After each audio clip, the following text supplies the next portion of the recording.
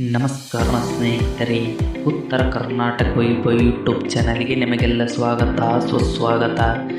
ಯಾದಗಿರಿ ಜಿಲ್ಲೆಯ ಜನರಿಗೆ ದೊಡ್ಡ ಸಂತಸದ ಸುದ್ದಿ.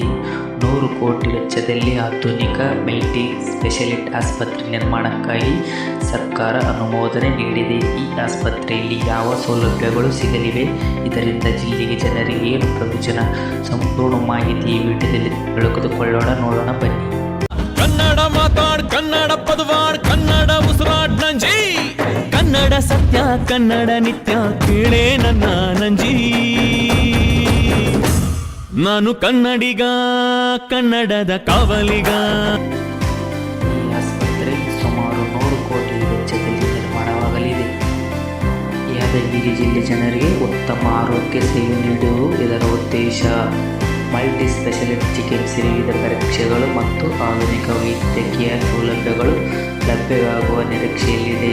ಇದರಿಂದ ಕಲಬುರಗಿ, ರಾಯಚೂರು ಅಥವಾ ಬೇರೆ ನಗರಗಳಿಗೆ ಹೋಗುವ ಅವಶ್ಯಕತೆ ಕಡಿಮೆಯಾಗಬಹುದು. ಸಾವಿರಾರು ಜನರಿಗೆ ಗುಣಮಟ್ಟದ ಚಿಕಿತ್ಸೆ ಹತ್ತಿರದಲ್ಲಿ ದೊರೆಯುವ ಸಾಧ್ಯತೆ